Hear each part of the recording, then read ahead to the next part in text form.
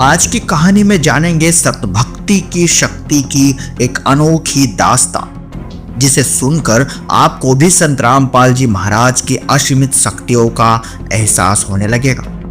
कैसे संत रामपाल जी महाराज सारे कष्ट हर लेते हैं, कैसे जीवन के रुके हुए काम बनने लगते हैं, कैसे जीवन में होने वाली अकस्मात घटनाओं से संत रामपाल जी महाराज हमारी रक्षा करते हैं। तो आइए जानते हैं आज की आप बीती इस वीडियो में। नमस्कार जी। सत साहेब। क्या नाम है जी आपका? कामिनी। कहाँ के रहने वाली हैं आप? गांव परसोदा, जिला बालोद, छत्तीसगढ़। आपने संत रामपाल जी महाराज से नाम दीक्षा कब ली? 11 अप्रैल 2014। संत रामपाल जी महाराज से नाम दीक्षा लेने से पहले क्या आप कोई भक्ति साधना भी करते थे? जी हाँ, मैं पहले शिव जी की आराधना करती थी और जो हिंदू धर्म में बहुत सारे देवी देवता है उन सब की मैं पूजा पाठ करती थी, लेकिन जो शिव जी हैं उनको मैं खास इष्ट के रूप में मानती थी। आपने बताया कि आप शिव जी की आराधना करते थे, तो जब आप शिव जी की आराधना करते थे तो उससे आपको क्या लाभ हुए? जी, लाभ तो वैसे कुछ भी नहीं हुए, बल्कि और नुकसान होता जा रहा था। जैसे कि मुझे पहले प्रेत बाधा शुरू हो गया। ये किस्सा बहुत 1 साल से चलता रहा, मैं किसी को बताती नहीं थी, अंदर ही अंदर घुटती रहती थी। और एक समय ऐसे आया कि मैं बहुत परेशान हो गई थी, मेरे घर वाले परेशान हो रहे थे। वो प्रेत आत्मा मेरे शरीर में प्रवेश करके बहुत आवाज़ करती थी, मेरे घर वालों को बहुत परेशान करके रखती थी और सबके घर लाइट जला करता था। तो हमारे घर सब लाइटें बंद हो जाती थी, कुछ भी बत्ती जलाते थे वो बंद हो जाता था, रोशनी रहता ही नहीं था और शारीरिक रूप से भी वो मुझे नुकसान पहुंचाता था। ये पहले 1 साल से चालू हो रहा था, लेकिन उतना ज़्यादा नहीं था। ये लगभग 4 महीने बहुत ज़्यादा मुझे परेशान करने लगा। मेरी फैमिली में जो मेरे चाचा हैं, कि मेरे जो बड़े दादा हैं, उनके बेटे वो लोग दूसरे गांव में रहते हैं। उन लोग पहले से ही संत रामपाल जी महाराज की शरण में जुड़े हुए थे, वो हम लोग को मालूम नहीं था। तब उन लोग को जब पता चला कि मेरे ही परिवार में कोई गुड़िया जो इस भूत प्रेत की बाधा से परेशान रहती है, तब वो मेरे घर आए और बताया कि संत रामपाल जी महाराज की शरण में जाने के बाद ये पूरी तरह से ठीक हो जाएगी। और उसी टाइम एक और आया किसी मेहमान की तरफ से कि एक मीरा दातार नाम का कोई मुसलमान मस्जिद टाइप का है, वहाँ ले जाओ गुड़िया को, वहाँ ठीक हो जाएंगे। तब मैं रो रही थी कि मैं कहाँ जाऊँ करके। तब मैं पहले शिव जी को मानती थी, मैं उन्हीं के पास जाके रोते हुए बोली कि जो सच्चे भगवान और जो मुझे ठीक कर सकते हैं उन्हीं के पास ले चलो। और उसी के जस्ट सेकेंड बाद मेरे घर में सत्संग चलाना शुरू हुआ। तो जब मैं सत्संग सुनी थी उस रात को मैं एकदम चैन से सोई। पहले मैं सोती नहीं थी रात में भी।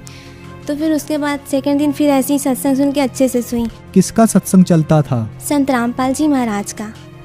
तो फिर जब तीसरा दिन हुआ, मैं तो सो जाती हूँ करके सो गई मैं, सत्संग उस दिन नहीं सुनी।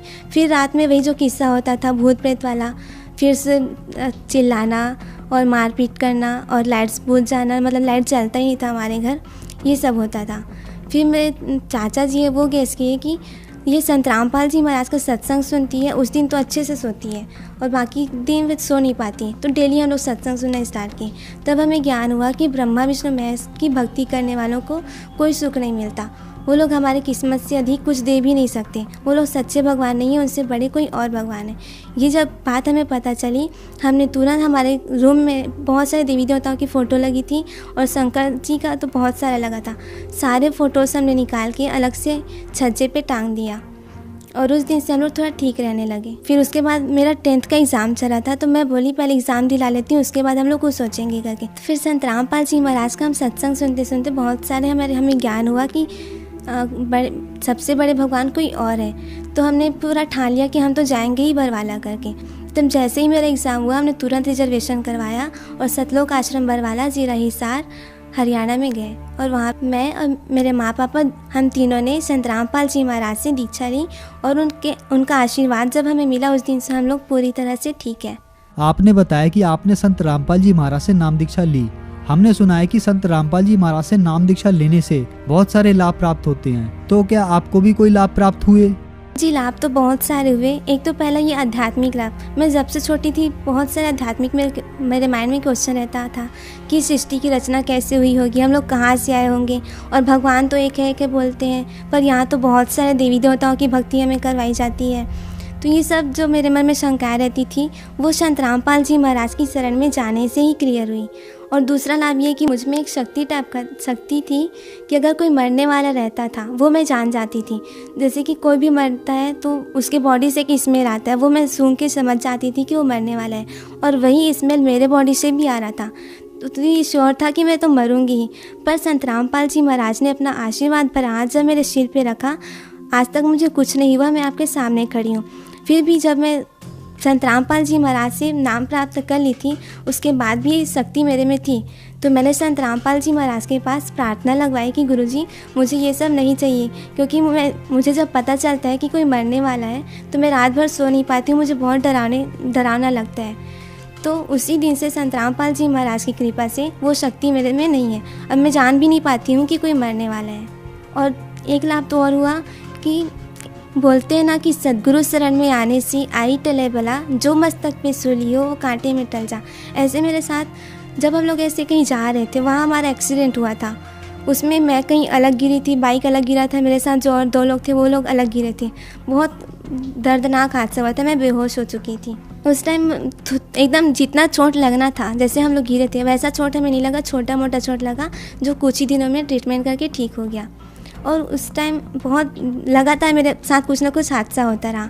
जैसे ही एक्सीडेंट हुआ उसके जस्ट सेकेंड दिन फिर जब मैं घर में आई तो वहाँ से बड़ा सा बर्तन मेरे सिर पे गिर गया जब मैं ज़मीन पे ऐसे लेटी हुई थी। और उसके बाद और क्या हुआ कि मैं सब्ज़ी ऐसी बना रही थी, तो मेरा जो छोटा भाई है वो मेरे बगल में एक कढ़ाई पे तेल गरम करके उस पर पापड़ वगैरह फोड़ के अलग से रख दिया। मैं सोची उस कढ़ाई में पानी है, मुझे पानी दिखा हो, तो मेरे हाथ में जो चम्मच था छोटा सा, ऐसे चखने के लिए मैं छोटे चम्मच को निकाल रखी थी, उसको मैं धो रही हूँ करके उस गरम तेल में अपना हाथ पूरा डुबा डाली थी, लेकिन मेरा हाथ कुछ नहीं हुआ। मुझे बस इतना एहसास हुआ कि वो पानी नहीं वो तेल है, तो तुरंत मैं हाथ धो के आ गई और चम्मच को उसी में छोड़ दी थी और फिर से सब्जी को ऐसे ही कुछ करने लग गई। जब मैं अपनी छोटी बहन को बोली कि उस चम्मच को निकाल के अलग से रख दे, वो छोटी बहन सिर्फ 2 उंगलियां बच डाली थी उस चम्मच को डालने के लिए और कराने लगी कि तेल बहुत गर्म है करके, जबकि मैं अपना पूरा हाथ डाली थी, कुछ भी नहीं हुआ मेरे हाथ को। तो ये परमात्मा बार बार मेरी रक्षा करते रहे। जो जन समुदाय आज आपको देख रहा है उनको आप क्या संदेश देना चाहते हैं? मैं अपने सभी भाई बहनों से हाथ जोड़कर प्रार्थना करती हूँ कि आप लोग कम से कम संत रामपाल जी महाराज का सत्संग एक बार जानने के लिए तो सुने कि ऐसा क्या ज्ञान बताते हैं जिससे हजारों लोग उनके जेल जाने के बाद भी उनसे जुड़ रहे हैं। और संत रामपाल जी महाराज जो ज्ञान देते हैं वो पूर्णतः अपने शास्त्रों पर आधारित है, कोई मनगढ़ंत बात नहीं है। वो जो भी बात बोलते हैं उसका बहुत सारे प्रमाण हमारे ग्रंथों के हिसाब से देते हैं। इसलिए मैं सबसे प्रार्थना करती हूँ कि एक बार संत रामपाल जी महाराज से नाम दीक्षा लो और अपना कल्याण कराओ। आपकी एज बहुत छोटी लग रही है, लेकिन आपकी बातें सुनकर लग रहा है कि आपको बहुत ज़्यादा ज्ञान प्राप्त हो गया है। ऐसा क्या संत रामपाल जी महाराज ज्ञान देते हैं जो छोटे छोटे बच्चे भी इतनी ज़्यादा ज्ञान की बातें करते हैं?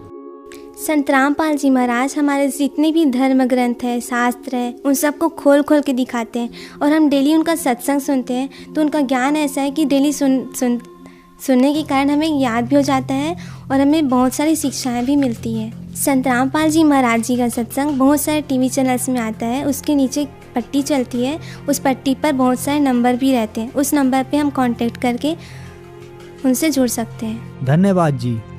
सत साहेब। सत्य घटना, सत्य की तह तक।